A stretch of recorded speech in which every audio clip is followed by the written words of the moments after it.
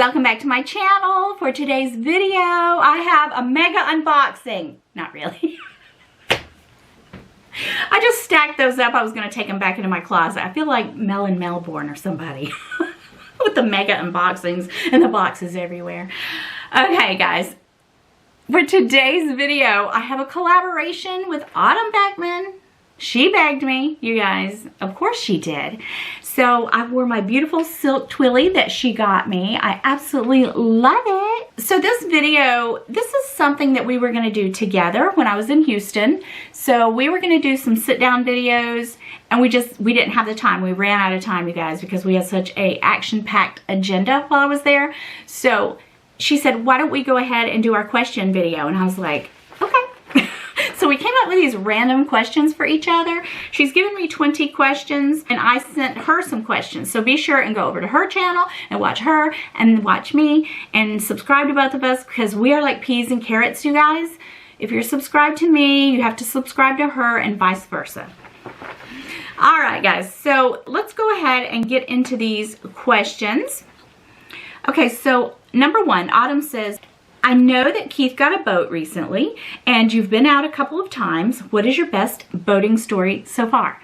All right, we haven't been out a couple of times. We've been out one time because the boat tore up. Yes, we had a custom-built ski nautique Paragon, if I'm even saying it right, you guys. Top-of-the-line boat, built to Keith's specifications. We went out on the boat. My grandson, he got to ski and wakeboard maybe 45 minutes, and the boat, it just quit on us. So we had to call the boat towing people. So they said it would be like 2.5 hours before they could get there, and we just sat out there, just floating on the water. And then finally Keith got it started. We barely made it to the dock, and getting it up on the trailer was a huge ordeal, you guys. It was just, oh my gosh, it was so depressing. All right, so what is the best present that you ever received and why? I didn't even have to think about this, you guys. My very best present that I ever received is a drachma from my dad for my 5th birthday. And he had it made into a necklace. And those of you that have watched me for a while, you've seen it. How I have managed to hold on to that drachma all these years, since I was 5 years old, is beyond me. I remember when I was a teenager, I used to wear it all the time, and I remember the chain went down the sink. I didn't wear it for years, and then I took it to a local jeweler, and I had it put in a silver piece on a beautiful silver rope necklace, or chain necklace. Actually, I'm gonna go get it and show it to you guys, because it is my most special gift I ever received. For several reasons. It was from my dad. He had it made just for me for my 5th birthday, you guys, and I have managed to keep it all these years. It always meant something to me. So let me show you my beautiful drachma necklace that my dad had made. Okay, isn't this beautiful? This is the front of it. Isn't it beautiful, you guys?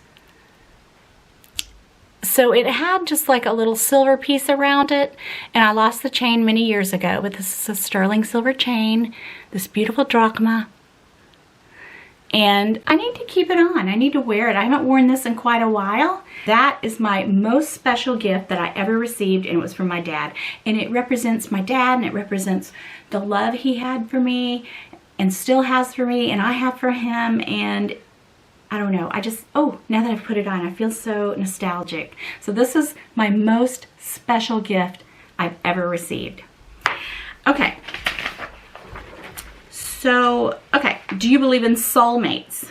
I do. I really do. I mean, the thing is, yes, I really do. The thing is, I don't believe everybody is fortunate enough to actually meet their soulmate. And if they do, they may not weather the hard times. Like Keith is definitely my soulmate. I feel like it was meant for us to be together.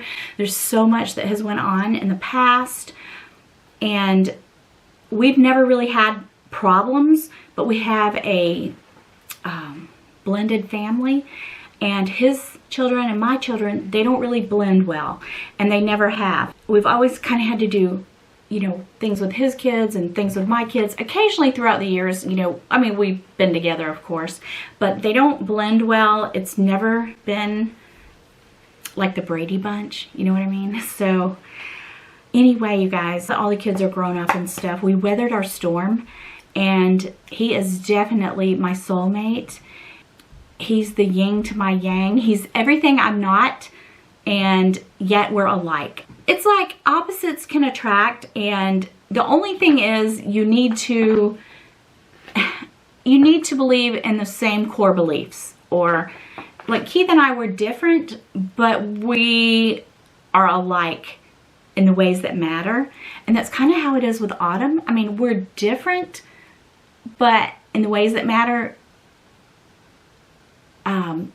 we're alike. You couldn't ask for a better friend, you guys. She is the most lovely friend, and I really hate to say all this about her because she's going to hold it against me and say, oh, you said nice things about me. I like to pick on her. It's lots of fun, but she's a great friend, and I believe in soulmates, all different kinds of soulmates. Like Keith is definitely my soulmate. I think that's what she meant in a romantic sense. He's the only man in the entire world that I've ever really loved. And he's definitely my soulmate. The next one, what do you think happens when you die? I'm a Christian, so I believe in the Christian principles. I believe when you die, then your soul leaves your body, and you're judged according to your deeds here on earth. And I believe in heaven and hell. And I mean, I just believe the Christian way. I believe the Christian way. I do believe that there's a heaven and there's a hell. And so when you die, you're going to one or the other, okay? Ultimate comfort food. Ice cream. I don't even have to think.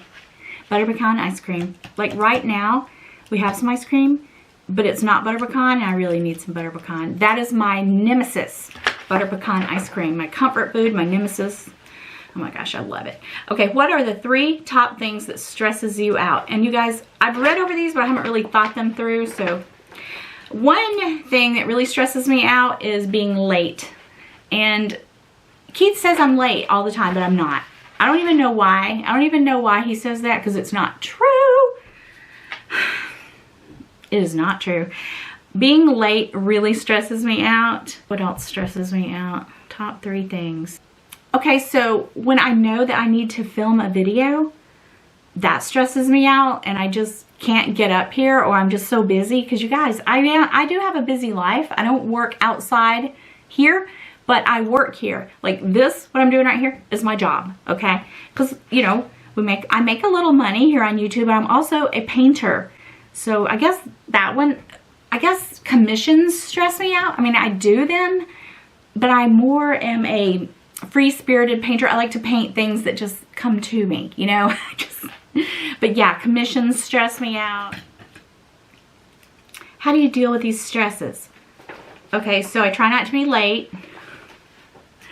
I try to prepare for my jobs. As far as painting goes, I don't take too many commissions, not anymore. I used to. I would have like 5 or 6 of them lined up, and I would be stressed out to the max. So I don't really need that kind of stress in my life. I can't handle it. What are some of the most important lessons you've learned from working labor and delivery? Okay. That I've learned a lot of lessons, you guys. I don't know how to put it into words. It's just, I know that, you know, having children is like the biggest thing that you can ever go through in life. And I've seen families come together in love. I've seen families come together not so in love. And I've seen a lot. It's just really hard to put it into words.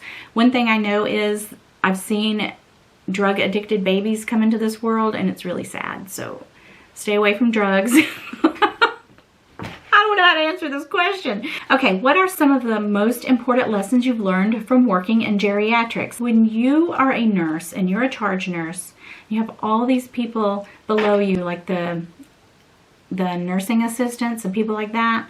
You want these residents to be treated with the utmost respect, just like that's your grandmother lying there or your mother. I had no toleration for people who worked under me and didn't do their job and do it to the very best of their ability, because, and I'm very passionate about this, because they are somebody's mother and somebody's grandmother. And I have seen so many people that work in geriatrics, they're just there for a paycheck, and that's just wrong, you guys. It's a calling, I think, to work in geriatrics with the elderly or the disabled. Is a calling, and I did that for 10 years. I did labor and delivery for 7 years. So geriatrics was my true calling, to be kind and respectful and treat these people with love and treat them like they're somebody, because they are. I have always, you guys, as God is my witness right here and now, treated every patient I ever had with the utmost respect, and that's what I learned. I mean, they're somebody, and just, if you are not called to be in that line of work, go get a job somewhere else, because you wouldn't want to work under a nurse like me if you were slacking on the job. So what is something you would consider unforgivable? At first you might think, oh, cheating, a cheating spouse. I mean, I don't want my husband to cheat on me, but I feel like I could forgive him if, you know, there's a lot that goes into that, right? So maybe people make mistakes and then they see they made a mistake and they're really sorry. So, you know, I'm not going to say anything like that, but I think lying, like being a liar and telling lies to hurt other people, yeah, let's go with that. Being a big fat liar and hurting others with your lies, okay? That's unforgivable. All out crappy liar.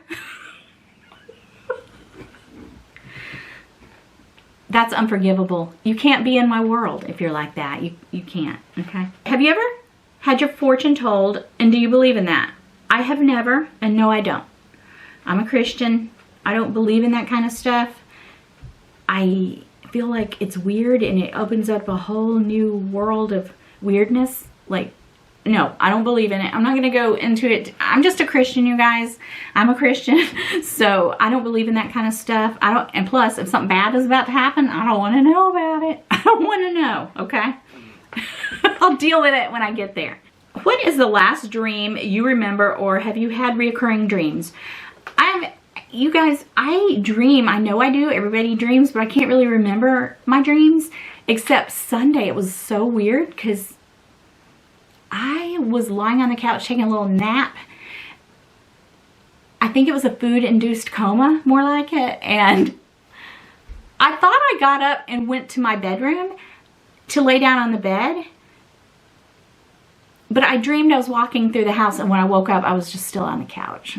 I haven't really dreamed much about my dad since he passed away. I've had a few dreams about him. It's not the same thing, but a few dreams about my dad, like he came back. My dad, if you only knew my dad, he always had the remote in his hand. And I was like, Daddy, what are you doing here? And he was like, I need to watch TV. And I always talk with an accent when I talk. And I was like, but I thought you were dead. He's like, no, I just need to watch TV. And that was, okay, I dreamed that. And I've dreamed other dreams about him, but they weren't all the same. But I was always really surprised to see him, because I always would say, but you're dead, what are you doing here? Okay. If he were here now, he would laugh about that. So, do you like roller coasters? Tell a story about one. I do like them. I think they're fun. Like, I like the rock and roller coaster at Disney. That's so fun, to the Aerosmith music. And if you were going to get a tattoo, what would you get, where, and why?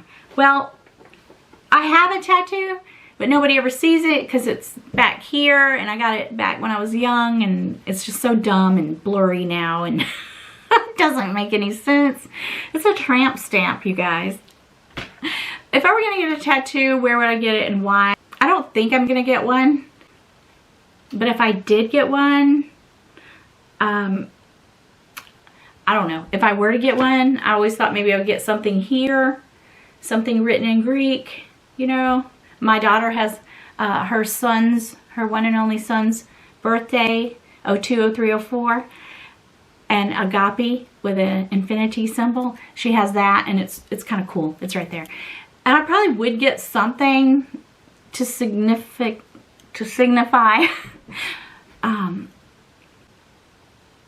my Greek heritage. I don't know, you guys, but Keith is not into tattoos. He had his removed, and honestly, I doubt I'll ever get one because it would cause a big uproar. So I've been thinking about learning henna tattoo, and I could do that at the gallery where my art is when they have like events. So I've been thinking about doing that because that comes right off. But it would be kind of cool to have a hand tattoo, to be honest with you. Something cool that looks like, you know, an Indian type of thing. Something ethnic. But it's not going to happen because my husband's vanilla. He's vanilla. Alright, so 3 wishes, no extra wishes. You guys, I really mean it when I say peace and love. Let's have peace and love. So that's my number 1 wish. And then my number 2 wish is to be able to do things for my family and friends. Anything, anytime. That would be cool. And then another wish is for health. Continued health and blessings for my family, my friends, because without your health, really, you have nothing, right? My bucket list consists of traveling, to be honest with you. So I want to go to Italy. We've never been to Italy because every time we're in the Mediterranean, we're in Greece. And I do want to go to Italy, even more so now, spending time with Autumn and Paul, and they stayed in Italy for about 6 weeks. And they were telling us a lot of things about Italy, and Paul has so many beautiful photographs that he's taken throughout their apartment. And yeah, I want to go to Italy. And I want, what else? Where else do I want to travel to? I would love to travel to Australia and go see Dale. I mean, I'd love to go to Australia. Actually, Keith's dad had a business there for many years, and they used to go there. And I think it would be fascinating to go to Australia. And I would love to go on an African safari. I know that might really surprise you guys, but would that not be the most cool, fun vacation ever? Yeah, I would like to do that too. Do you believe in aliens?